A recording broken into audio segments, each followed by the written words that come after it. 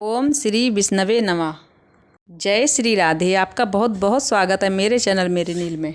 हमारे हिंदू धर्म में पूर्णिमा का विशेष महत्व है। सभी पूर्णिमा तिथियों में से जेठ मास की पूर्णिमा तिथि को सबसे खास माना गया है। इसमें दान और गंगा स्नान का सबसे अधिक महत्व है। मान्यता है कि इस दिन गंगा जी में स्नान करने से सभी पापों से मुक्ति मिल जाती है।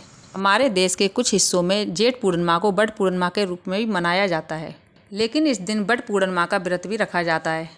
जैसे अमावस के दिन सुहागन महिलाएं बट सावित्री का व्रत करती हैं अपने पति की लंबी आयु के लिए, ऐसे ही अपने भारत के कुछ हिस्सों में जेठ पूर्णिमा के दिन सुहागन महिलाएं बट वृक्ष की पूजा करती हैं और अपने पति की लंबी आयु के लिए कामना करती हैं। जीवन में सुख और समृद्धि की प्राप्ति के लिए आज के दिन व्रत रखा जाता है और ये दिन भगवान विष्णु माता लक्ष्मी की पूजा के लिए समर्पित होता है। साथ ही पूर्णिमा के दिन भगवान सत्यनारायण की पूजा करके उपवास रखा जाता है। इस दिन पवित्र नदियों के जल में देवी देवताओं का वास होता है। इस दिन पवित्र नदी में कुंड में जल में स्नान करने से सभी पापों का नाश तो होता ही है और अंत में स्वर्गलोक की प्राप्ति भी होती है।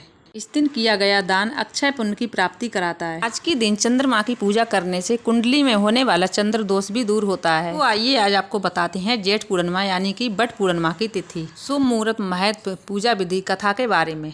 इस बार पूर्णिमा की तिथि 2 दिन तक रहने वाली है, तो ऐसे में ये सबसे पहले जानना जरूरी है कि व्रत किस तिथि में रखा जाएगा और स्नान दान कब करना चाहिए। साथ ही चंद्र उदय का समय क्या रहेगा और व्रत खोलने का शुभ समय क्या रहेगा। तो इस बार 3 जून शनिवार के दिन पूर्णिमा है यानी कि बट पूर्णिमा है। इसी दिन पूर्णिमा का व्रत रखा जाएगा। श्री सत्यनारायण का व्रत भी इसी दिन रखा जाएगा, क्योंकि अगले दिन रविवार को पूर्णिमा की तिथि सुबह को ही समाप्त हो रही है। तो ऐसे में रात को जिस तिथि में चंद्रोदय प्राप्त होते हो उसी तिथि में व्रत रख लेना चाहिए। 4 जून रविवार को स्नान दान की पूर्णिमा रहेगी। इस बार 2 दिन की पूर्णिमा है, शनिवार और रविवार के दिन। तो ऐसे में आप रविवार के दिन पूर्णिमा तिथि समाप्त होने से पहले पहले आप दान दे सकते हैं। हालांकि दान आप शनिवार के दिन भी दे सकते हैं, लेकिन उदय तिथि के समय किया गया स्नान दान बहुत ही फलदायक होता है। पूर्णिमा तिथि प्रारंभ होगी 3 जून दिन शनिवार सुबह 11:18 पर। साथ ही पूर्णिमा तिथि समाप्त होगी 4 जून दिन रविवार सुबह 9:11 पर। तो ऐसे में जो भी पूर्णिमा का व्रत करते हैं शाम को चंद्र देवता की पूजा करने के बाद अपना उपवास खोल लेना चाहिए। 3 जून यानी कि पूर्णिमा के दिन सूर्य उदय होंगे सुबह 5:44 पर और सूर्य अस्त होंगे शाम 7:05 ब्रह्म मुहूर्त का समय, जो कि स्नान पूजा पाठ के लिए बहुत ही शुभ होता है, सुबह 4:08 से और 4:56 तक रहेगा। अभिजीत मुहूर्त का समय रहेगा सुबह 11:58 से 12:51। राहु काल का समय, जो कि अशुभ मुहूर्त होता है, सुबह 9 बजे से 10:30 बजे तक रहेगा। तो ध्यान रखें, ऐसे में आप सुबह की पूजा 10:30 बजे से पहले पहले कर लें।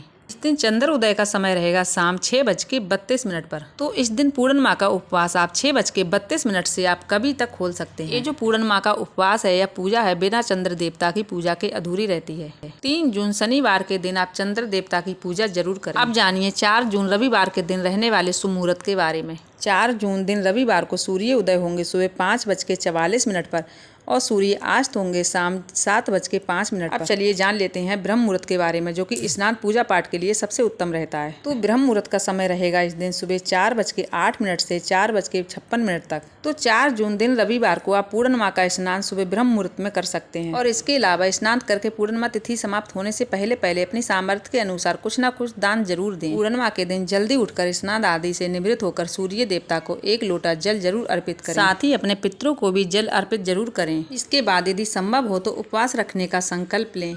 आज के दिन भगवान विष्णु का पूजन पीले फल पीले फूलों से ही करना चाहिए। साथ ही धूप दीप जला के माता लक्ष्मी की भी पूजा इस दिन करना चाहिए, क्योंकि पूर्णिमा तिथि के दिन माता लक्ष्मी की पूजा करने से आर्थिक समस्याएं खत्म होती हैं, घर में सुख समृद्धि का वास होता है। और इस दिन सच्चे मन से भगवान सत्यनारायण की कथा पढ़ने से या सुनने से भगवान सत्यनारायण की कृपा भी घर पे बनी रहती है। दिन भर उपवास रखने के साथ ही आज के दिन पीपल वृक्ष और बट वृक्ष की पूजा करने का विधान है। साथ ही तुलसी जी का पौधा भगवान विष्णु को बहुत ही प्रिय होता है। जिस घर में पूर्णिमा तिथि के दिन तुलसी माता की पूजा की जाती है तो भगवान विष्णु के साथ माता लक्ष्मी की कृपा सदा सदा के लिए बनी रहती है। दिन भर उपवास रखें, सूर्यास्त से पहले पहले सत्यनारायण भगवान की कथा करें और शाम को चंद्र उदय के बाद चंद्र देवता की पूजा जरूर करें। तांबे के लोटे में जल भरकर रोली और सफेद फूल डाल के चंद्रमा को अर्घ जरूर दें। अपने जगह पे खड़े होकर 3 परिक्रमा भी करें। इस दिन चंद्र देवता को खीर का भोग लगाएं और इसी खीर को प्रसाद के रूप में ग्रहण करके अपना व्रत खोल लेना चाहिए। चंद्र देवता की पूजा करने के बाद ही ये उपवास खोला जाता है, नहीं तो ये व्रत अधूरा रह जाता है। पूर्णिमा के दिन सफेद चीजों का ज्यादा से ज्यादा दान करना चाहिए। इस दिन दूध या दूध से बनी मिठाइयों का दान कर सकते हैं, घी दही का दान कर सकते हैं, अपनी सामर्थ्य के अनुसार वस्त्र दान कर सकते हैं, भूखे लोगों को भोजन करा सकते हैं, या फिर जल या मीठे शरबत का भी दान कर सकते हैं। इस दिन यदि संभव हो तो बहते जल में दीप दान करना चाहिए। यदि संभव ना हो तो पीपल की जड़ में भी आप दीप दान इस दिन कर सकते हैं। आपके घर तुलसी है, तुलसी के पौधे के नीचे, केले के पौधे के नीचे, समी के पेड़ के नीचे भी आप दीप दान कर सकते हैं। पूर्णिमा का पूर्ण लाभ प्राप्त करने के लिए इस दिन घर में शुद्ध सात्विक भोजन बनना चाहिए। लहसुन प्याज का या किसी भी प्रकार के मांसाहार का घर में कोई भी सदस्य को भोजन इस दिन नहीं करना चाहिए। नाखून वाल इत्यादि काटने से भी इस दिन बचना चाहिए। घर पे कोई भी भिक्षुक इस दिन आए उसको खाली हाथ नहीं लौटाना चाहिए। पौराणिक कथा के अनुसार राजर्षि अश्वपति की बेटी का नाम सावित्री था। वह अपने माता पिता की इकलौती संतान समय के अनुसार जब वो बड़ी हुई तो उनका विवाह धीमत सिंह के पुत्र सत्यमान से हुआ। तब नारद जी ने अश्वपति को सत्यमान के अल्पायु होने के बारे में बताया। जी ने अश्वपति को बताया कि सत्यमान की ठीक विवाह के 1 साल बाद मृत्यु हो जाएगी। ये बात सुनकर अश्वपति डर गए और अपनी बेटी सावित्री से दूसरा वर चुनने को कहा, लेकिन इस बात को लेकर सावित्री नहीं मानी और उनका विवाह सत्यमान से हो गया और वह सत्यमान उनके माता पिता के साथ जंगल में रहने लगी। सावित्री सत्यमान के लिए व्रत रखने लगी। भविष्यवाणी के अनुसार सत्यमान का अंतिम दिन आया। उसी दिन सत्यमान लकड़ी काटने जंगल की ओर गए और पीछे पीछे सावित्री भी लकड़ी काटने सत्यमान के साथ चल पड़ी। सत्यमान पेड़ पे चढ़े तभी उनके पेट में जोर से दर्द होने लगा और वो सावित्री की गोद में बरगद वृक्ष के नीचे आकर लेट गए। कुछ देर बाद सावित्री ने देखा कि यमराज सत्यमान के प्राण लेने आए हैं और वो लेकर जाने लगे। तभी सावित्री उनके पीछे पीछे चल दी।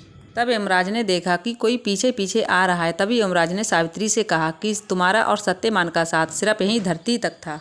अब सत्यमान को अपना सफर आगे का अकेले तय करना है। लेकिन सावित्री ने कहा, जहाँ भी मेरा पति जाएगा मैं उसके पीछे पीछे वहीं जाऊंगी, यही मेरा धर्म है।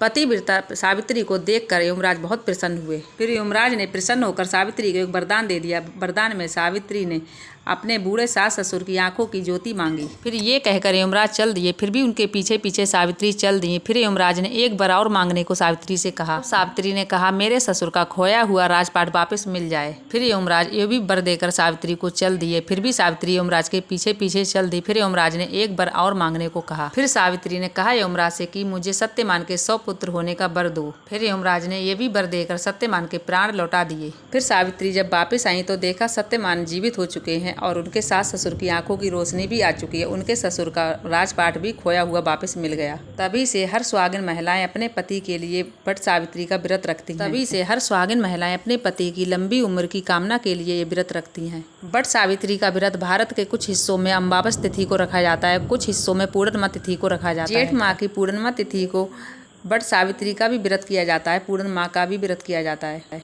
तो दोस्तों, आज की वीडियो मेरी यहीं तक थी। आशा करती हूँ, उम्मीद करती हूँ कि आप लोगों को मेरी वीडियो पसंद आई हो तो मेरी वीडियो को लाइक करना, चैनल को सब्सक्राइब करना। मिलूंगी ऐसी अगली वीडियो में। जब तक के लिए जय जय श्री राधे।